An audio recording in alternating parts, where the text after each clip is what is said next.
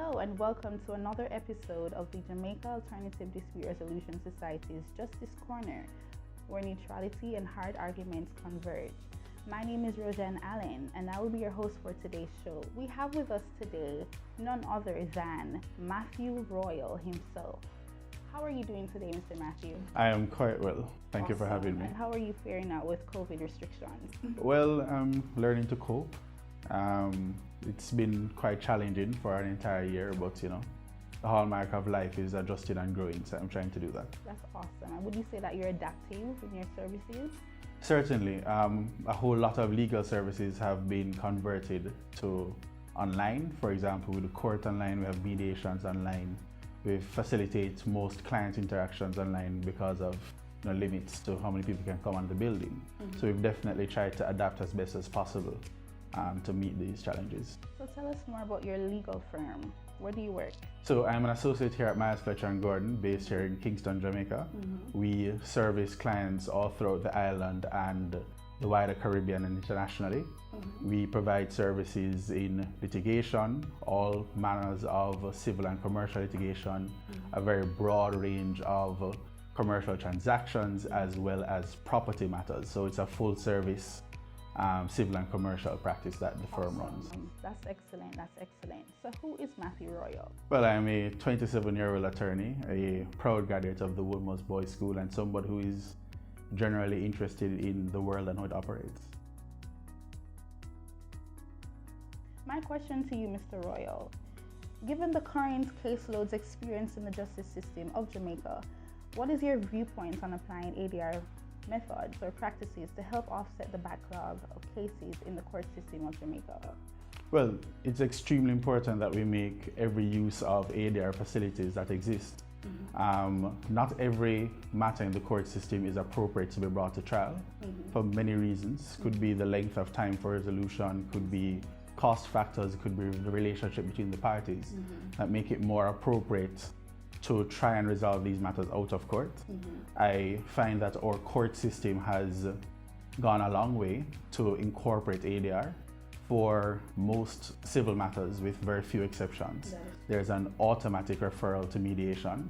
It's an avenue that is, if approached in good faith, can really reduce the amount of matters that linger in the court system. Your matter can be resolved within a year as opposed to 5 or 6 years. So it's extremely important that we incorporate it, and it has been utilized so far. So based on your response, I do see that you agree with the application of the ADR methods and increasing awareness in the application thereof. Certainly. So Mr. Royal, would you say that our dependency on the traditional ebbs and flows of the legal system is based on our reactive nature as a society? Or do you believe that there's an underlying fear that was entrenched in our historical perspective if there should be any form of deviation from this traditional structure of the legal system? I don't think there's any real, at least speaking in the civil context, I don't think there's any real reluctance to go through ADR methods. I find that litigants will prefer to have their matters resolved at mediation, particularly for the claimant party. You prefer to have your matters resolved at mediation, where it is that you get a quicker resolution to the problem. It may not be the case for a defendant party who has very strong views about whether or not he or she is liable in a particular circumstance, but I don't find that there is general reticence towards mediation. Well, that's very interesting. So do you believe that then there is a disconnect between the populace and that of practitioners in the industry? Well, I think most litigants coming into the litigation process do not appreciate that alternative dispute resolution is part of the resolution mechanism that we employ. I think everybody comes to a lawyer to have their day in court, but once an attorney is careful to sensitize his or her client to the importance of ADR and to the usefulness of it in advancing their case, I find that litigants are generally very compliant and very willing to participate. The Dispute Resolution Foundation generally tends to allow the mediation to be a forum for the party to express their views on the circumstance, to essentially air the issues out in not as formal a way, And I find that litigants generally tend to avidly participate in it. And where possible and where the case is appropriate, matters are routinely resolved at mediation. According to the statistics published by the Jamaica Constabulary Force, the crime rate trends remain fairly flat when comparing the January 1 to 31 of 2021, which is that of 131 murders, to January 1 to 31, 2020, that of 120 murders. However, these statistics for January 2021 are deeply concerning. So in response to the current crime climate of Jamaica, do you believe that more focus should be placed on ADR practices applied as a preventative measure? I think Jamaica being a high crime society, it draws our attention to the fact that disputes are not being resolved in the most useful and harmonious way. I think that cannot be disputed. So I know ADR explores the broader context of restorative justice and community involvement. So I think, generally speaking, that those mechanisms are very useful to bring about relatively early resolution of disputes before it evolves into something that is litigious in a civil sense or involves criminal actions being taken by certain individuals who may be frustrated. And I do think that where there is a broader sense of conciliatory approach to resolution of disputes, you might find that there is the culture of being litigious or even the culture of being violent in your responses to disagreements might over time be resolved, which can be a mechanism of addressing the fact that we are a high crime society. Well, let's touch on the mechanism that you just alluded to. How would you apply that? How would you make that more on a community level or even in the prison? So I do think that long before the criminal conduct, there is a lot that is in our culture that contributes to crime. It's just a matter of how we are socialized, how we are indirectly taught to resolve disputes.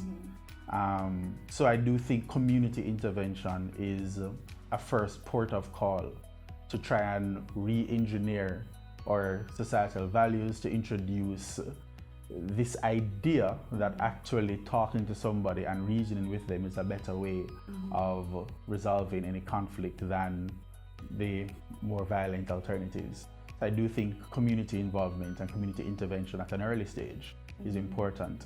And one of the best avenues for that is to approach young men and young women from their earliest days in school, educating them about just amicable mechanisms of resolving dispute. And I think if we make the peaceful resolution of conflict culturally appropriate, we will find that our status as a high crime society may eventually begin to resolve itself. Based on your line of argument, do you see lawyers and ADR practitioners working hand in hand to provide an all-encompassing approach to legal redress?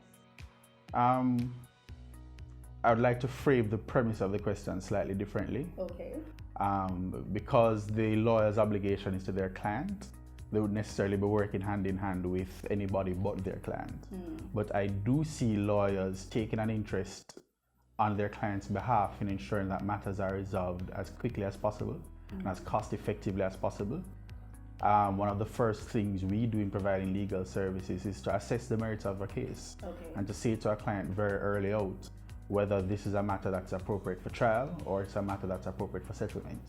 And it's a part of, I think, a reasonable lawyer's obligation to his client to be forthright in that assessment and to make every use of alternative dispute resolution forums and of mediation to ensure that the best outcome for their client is achieved if the case is appropriate for resolution at mediation. Well, one may believe that that approach that you just alluded to is not the best approach, and they take the stance that ADR practices is as more of a slap on the wrist than that of a resolution to the problem. So what is your view on that? I think a key phrase I use in my first answer is appropriate case. It is true that not every case is appropriate for resolution at mediation. Likewise, it's true that not every case is appropriate for resolution at a trial. So it's a matter of taking that honest assessment, seeing whether this is a particular dispute that for one of many factors or a combination of many factors is better resolved early and better resolved without there being a need for a trial. And I think once it also matters what our idea of resolution is. Right. So you tend to find a lot of claimants approaching the idea that a settlement means I get everything that I wanted in the first place, which is not always the case. It's a matter of a give and take. For my part, when I'm advising a client in mediation, I always advise them in respect of broader legal principles. So it's not just a haggle for how much money it is that people are willing to settle for.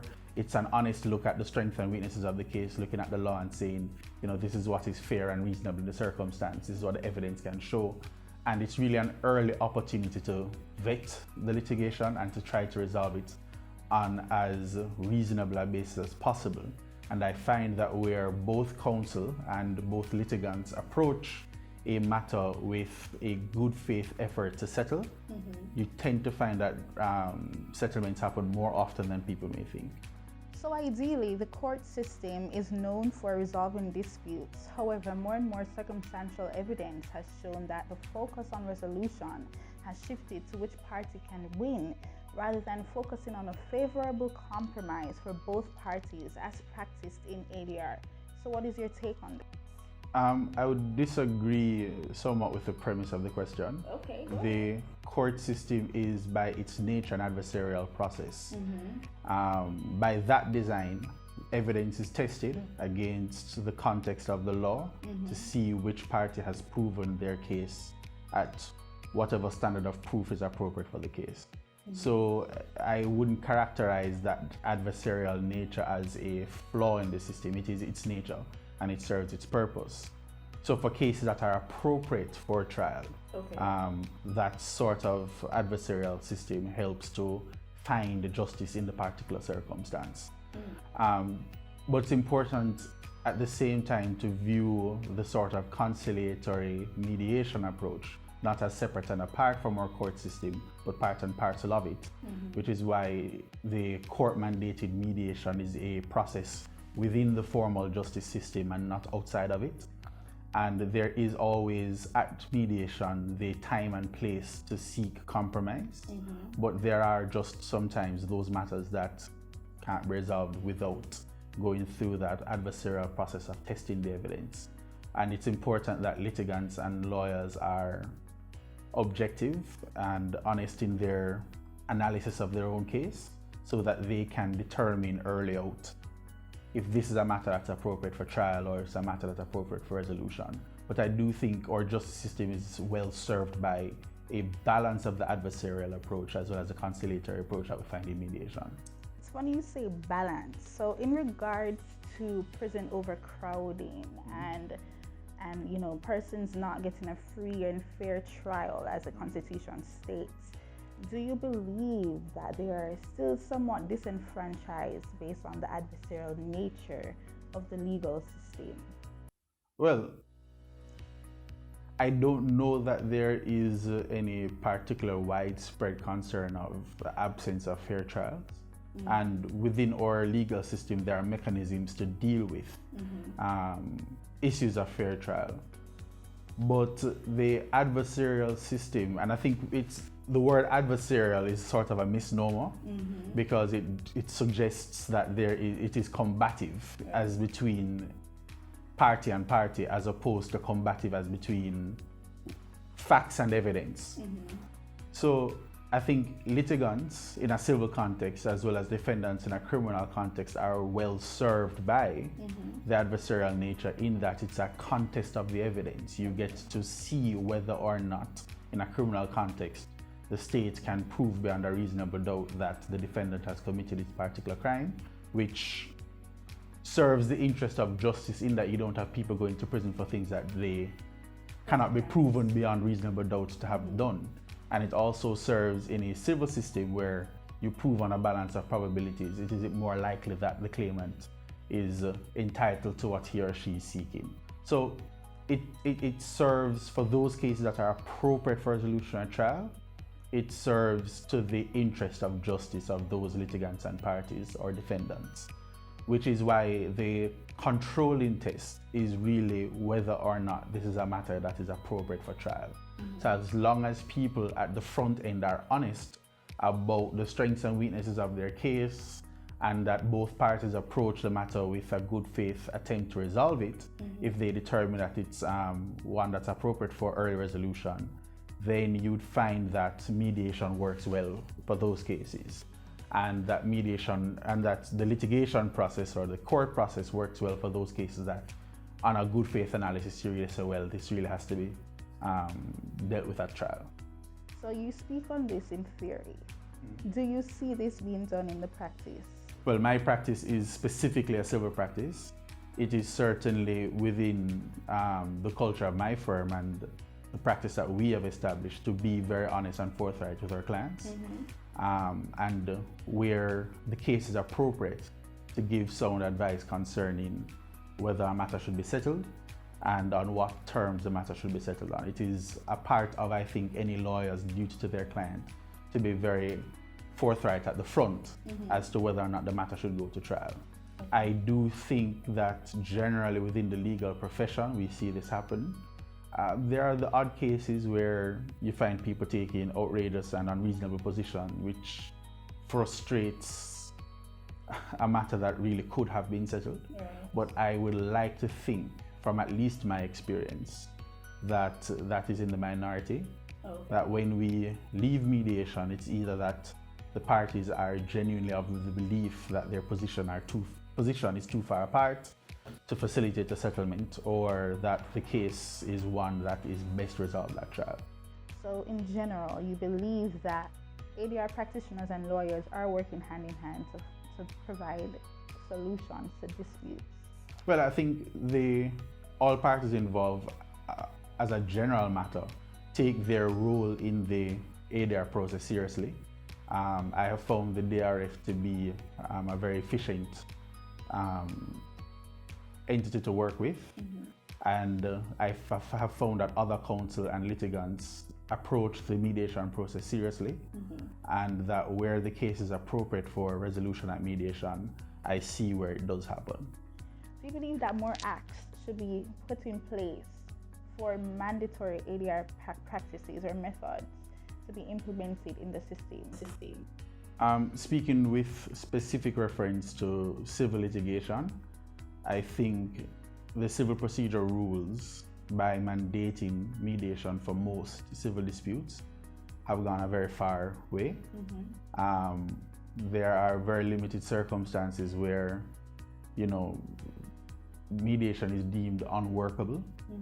And so there's a procedure for dealing with those circumstances. But I think as much as can be done has been done. You can't file a claim in the Supreme Court, generally speaking, unless it falls within a limited exception, without being required to go to mediation. So I think enough mechanism legislatively or procedurally is in place to facilitate it. And it might be a silent aspect of the litigation culture, but it is an aspect of the litigation culture. We routinely represent clients in mediation. And as I said, as long as the case is appropriate and both sides are reasonable, matters are also routinely resolved at mediation. For the millennials and the overall or the general society, how would you increase awareness in this regard? Well, if we're speaking in the context of a litigious dispute, I think once you enter or begin to interact with the court system, you will come to learn of it. Mediation is about the third or fourth step that happens after a claim is filed.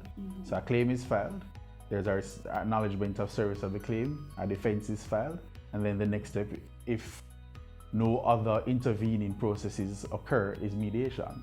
So I think very early, it is positioned very early out before a trial date is even set. Before you have a first hearing in court, the parties go to mediation as a first recourse, and that's generally how the procedure is established. So to the extent that we, as we grow older and our lives become more complex, will inevitably be involved in litigation. I think that happens. I do think for general non-court processes, and I do know that mediation and ADR expands beyond the formal practices with litigation. I do think that it does help to have people aware, to make people aware of the fact that alternative disputes and restorative justice mechanisms do exist, and that a matter doesn't need to enter the formal legal system to be resolved, and that is very appropriate for community level disputes, person and person disputes. Of course, there are certain matters that are best resolved, if not through litigation, but at least with the guidance of experienced legal practitioners on both sides, being really the voice of reason in the room.